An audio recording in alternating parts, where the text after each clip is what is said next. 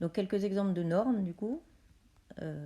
Donc si on prend le produit scalaire canonique sur Rn, la norme d'un nuplet x1, x2, xn, bah, c'est la racine de la somme des xi carrés pour i allant de 1 à n. Donc c'est ce que vous connaissez, hein, avec le couple AB, sa norme ce sera racine de a carré plus b carré. Le triplet ABC, sa norme ce sera la racine de a carré plus b carré plus c carré.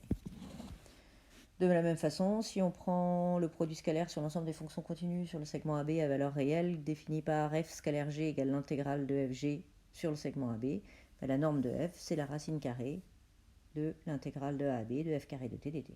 Alors il faut que a soit plus petit que b, hein, sinon ce ne serait pas positif ça. De la même façon, si on prend sur Rn de x n plus 1, enfin si on introduit le produit scalaire p scalaire q égale la somme des p tilde de ai q tilde de ai pour i allant de 0 à n, où les ai sont tous distincts, sont n plus 1 réels distincts, ben la norme de p c'est la racine carrée de la somme des p de ai au carré pour i allant de 0 à n. Et sur mn de r, le produit scalaire m scalaire n est égal à la trace de la transposée de m fois n. Alors, si je considère les coefficients de ma matrice M que j'appelle MIJ, ben la norme de M, c'est la racine carrée de la somme double, donc sur I allant de 1 à N, J allant de 1 à N, des MIJ au carré. Donc c'est la racine carrée de la somme des carrés de tous les coefficients de la matrice M. Alors un vecteur unitaire, c'est un vecteur de norme 1, et tout vecteur non nul est collinaire à un vecteur unitaire. Donc le vecteur X, c'est le scalaire norme de x fois x sur norme de x, et x sur norme de x, c'est ce vecteur-là qui est de norme 1. Faites le calcul, il est bien de norme 1. Je le fais par oral. Donc si je calcule la norme de x sur norme de x, 1 sur norme de x, c'est un scalaire. Donc je peux le sortir de la norme en mettant des valeurs absolues autour. Donc norme de x sur norme de x, c'est la valeur absolue de 1 sur norme de x fois la norme de x.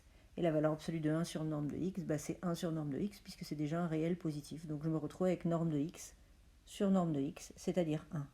Donc le vecteur x sur norme de x est un vecteur de norme 1. Enfin, dernière propriété, propriété 14, qu'on va aller démontrer tout de suite. Donc j'avais oublié des crochets ici, hein. Vous les voyez. Donc propriété 14, tac. Je sais plus où on est. Et ben là voilà.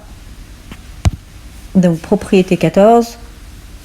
J'ai différentes relations en fait à démontrer entre les normes et les produits scalaires. Donc la première relation, on prend deux vecteurs x et y dans E et on va montrer que la norme de x plus y au carré est égale à la norme de x carré plus 2 fois la norme de x scalaire y plus la norme de y au carré. Et pour ça, vous avez juste à développer, à utiliser la linéarité du produit scalaire par rapport à sa première et la deuxième variable. Donc d'abord j'ai fait par rapport à la première.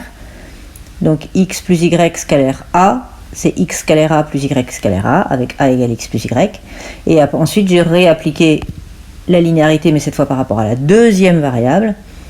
Et donc x scalaire x plus y, bah c'est x scalaire x plus x scalaire y. Et y scalaire x plus y, bah c'est y scalaire x plus y scalaire y. Comme le produit scalaire est symétrique, x scalaire y est égal à y scalaire x et on obtient le résultat souhaité. De cette relation-là, on obtient la dernière, d'ailleurs, que j'ai mis le nota bene là. C'est-à-dire qu'on peut aussi exprimer x scalaire y en fonction de la norme de x plus y, de la norme de x et de la norme de y. Donc vous passez les normes de l'autre côté et puis vous avez le résultat. Ok, donc le 2, il suffit de prendre à la place de y, de prendre moins y.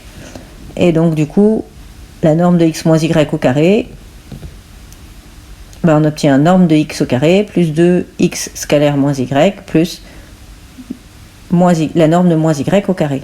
La norme de moins y au carré, c'est la norme de y au carré.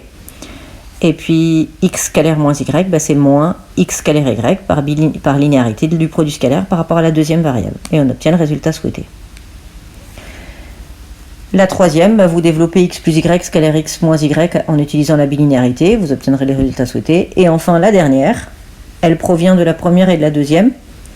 Si je les soustrais, du coup je vais éliminer les normes de x et les normes de y qui apparaissent dans les deux formules et j'obtiendrai le résultat souhaité Donc norme de x plus y au carré moins norme de x moins y au carré me donne 4x square y. Et en divisant tout par 4, on obtient le résultat souhaité.